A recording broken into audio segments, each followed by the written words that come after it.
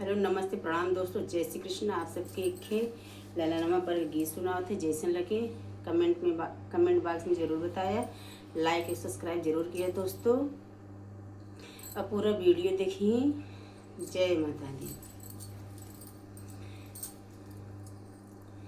लाली लाली डोलिया में लाली दुल्हनिया, लाली लाली डोलिया में लाली दुल्हनिया, अरे लाल ई पड़ेला ओ हर रे ललनवा, अरे लाल ई पड़ेला ओ हर रे ललनवा।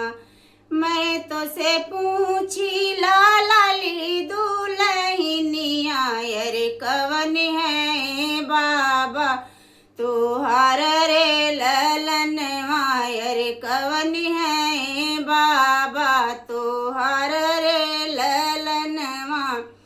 जही मोरे दुआरे पे तिलक चढ़वले, अरे उहई है बाबा हमार रे ललनवा, अरे उहई है बाबा हमार रे ललनवा।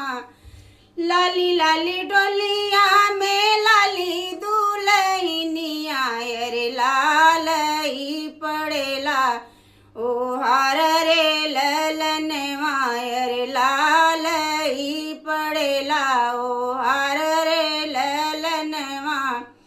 मैं तो से पूछी लाली दुल्हनिया, अरे कवन है चाचा तुहार रे ललनवा, अरे कवन है चाचा तुहार रे ललनवा।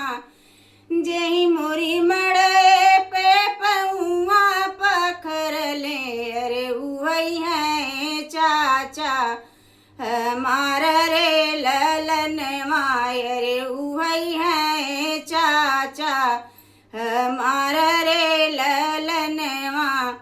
लाली लाली डोलिया में लाली दुल्हनिया, अरे लाल ई पड़ेला ओ हार रे ललनवा, अरे लाल ई पड़ेला ओ हार रे ललनवा।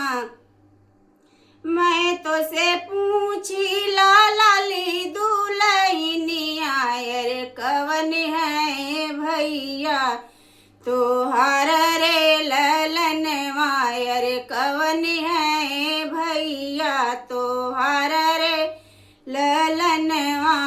जही मोरे मड़े में धरिया जय तोरले, अरे जही मोरे मड़े में लहुआ पर चले, अरे उहई है भैया हमार रे ललनवा, अरे उहई है भैया हमार रे ललनवा, अरे उहई है भैया हमार